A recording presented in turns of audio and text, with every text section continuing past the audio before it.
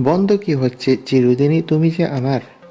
মুখ খুলল কিঙ্কর ওরফে অভ্রজিৎ মুখার্জি।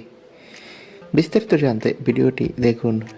দিতিপ্রিয়া জিতুর ঝামেলার মধ্যেই এবার নতুন খবর। সম্প্রতি দিতিপ্রিয়ার শর্ত মেনেই সিরিয়াল এবার নতুন টার্ন নিয়েছে।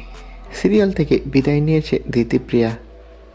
সূত্রের খবর, শুটিং চলাকালীন দিতিপ্রিয়ার জন্য সেটে দাঁড়িয়ে অপেক্ষা করছিলেন জিতু। সময় পেরিয়ে 15 মিনিট পরে নায়িকা পৌঁছাতেই রেগে যান অভিনেতা। আর অভিমানেই নাকি জিতু শুটিং সেট ছেড়ে বেরিয়ে যান। এর মধ্যেই অনেক কিছু ঘটে গেছে। এরপর সিরিয়াল ছেড়ে দিয়েছে দিতিপ্রিয়া।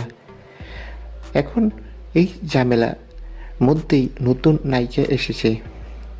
আর এরই মাঝে নতুন খবর, ধারাবাহিক বন্ধ হয়ে যেতে পারে এমনই জল্পনা ইন্ডাস্ট্রিতে। এইসব গুঞ্জনের মাঝেই অবশেষে মুখ খুললেন পর্দার কিঙ্কর, মানে অভিনেতা অভ্রজিৎ চক্রবর্তী। তিনি সোজা সাপটা বললেন, ওদের মধ্যে যা হয়েছে তা আলাদা বিষয়। সিরিয়ালে নতুন নায়িকা এসেছে। অভ্রজিতের স্পষ্ট জবাব, সবটাই দর্শকদের হাতে। তারা যতদিন চাইবেন ততদিন চলবে, না চাইলে বন্ধ হয়ে যাবে।